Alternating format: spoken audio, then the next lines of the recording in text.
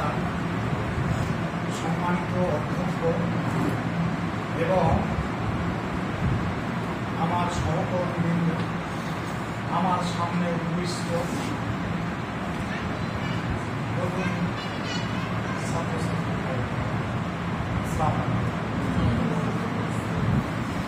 আজকে নবীন বরণ। নবীন মানে হলো নতুন, আর বরণ মানে হলো মেনে নেওয়া, বরণ করে নেওয়া। এই হলো নবীন বরণ।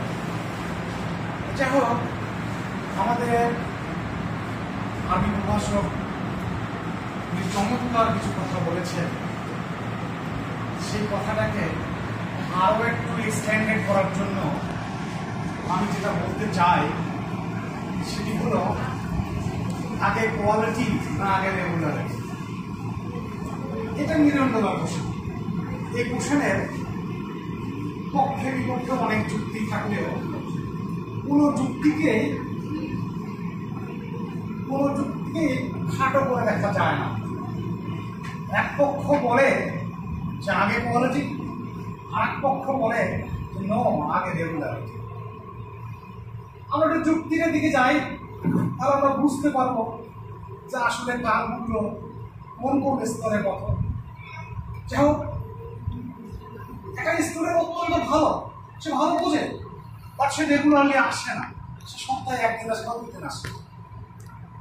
আর একটা স্টুডেন্ট, সে তো নিশ্চয়ই কোনো না কোনো কোয়ালিটি নিয়ে এসেছে, ইন্টারনেটে যেহেতু এসেছে, আলিমে যেহেতু এসেছে, নিশ্চয় তার কিছু কোয়ালিটি আছে, সে রেগুলার আসে। ফাইনালি সে কে ভালো করবে? তাহলে রেগুলার আসে সেই ভালো করবে। তার মানে কোয়ালিটি ডিপেন্ড করে রেগুলারিটির উপর। কোয়ালিটি ডিপেন্ড করে রেগুলারিটির উপর। যে রেগুলার নয় সে কিভাবে কোয়ালিটি ইমপ্রুভ করবে? আগে দরকার আমাদের রেগুলারিটি, রেগুলার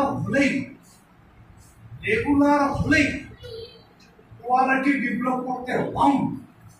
কোয়ালিটি আসবেই, কোয়ালিটিকে আসতে হবে, কোয়ালিটি বাধ্য। যাই হোক, আমি আশা করব এই নবীন স্টুডেন্টরা রেগুলার হবে।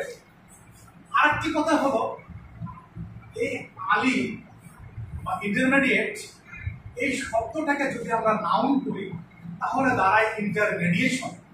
আর ইন্টারমিডিয়েশন শব্দটার অর্থ হলো উপস্থাপন। আর এই উপস্থাপন অর্থ হলো লাইফের উপস্থাপন।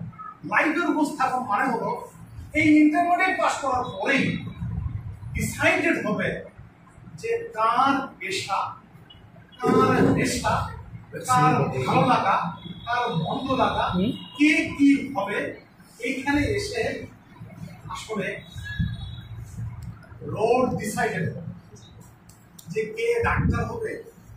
এসএসসি দাখিল এবং আলিমে কার কোয়ালিটি কতটুকু, কার জিপিএ কতটুকু, এই জিপিএর ওপর নির্ধারিত হবে যে সে মেডিকেলের ফর্ম দিতে পারবে কি পারবে না। তার মানে মেডিকেল পরীক্ষায়, মেডিকেল এডমিশন টেস্টে বসার মতো ন্যূনতম যোগ্যতা তার আছে কিনা, এই ইন্টারমিডিয়েট, এই আলিম বলে দিবে। নাম্বার 1। নাম্বার 2, সেই ইঞ্জিনিয়ারিং ডুয়েটে ফর্ম উঠাতে পারবে কিনা, এই ইন্টারমিডিয়েট রেজাল্ট বলে দেবে যে সে ইউনিভার্সিটিতে ভর্তি হওয়ার ফর্ম উঠাতে পারবে কিনা। সে বলে দিবে, এখানে তোমার ডিসাইডেড হয়ে যাবে যে তুমি আসলে তার জন্য ফিট, মেডিকেলের জন্য ফিট, ওইটার জন্য ফিট, রুয়েটের জন্য ফিট, না ন্যাশনাল ইউনিভার্সিটির জন্য ফিট, না ডিগ্রির জন্য ফিট। সো এই ইন্টারমিডিয়েটটা অত্যন্ত গুরুত্বপূর্ণ। সময় অতি অল্প, কিন্তু সিদ্ধান্ত বড়। তাই আমি আশা করব রেগুলার হলে সে বাচ্চারা বিপ্লব করতে বাধ্য, সে বিপ্লব করবে, এই আশাবাদ ব্যক্ত করে আমি আমার বক্তব্য শেষ করছি।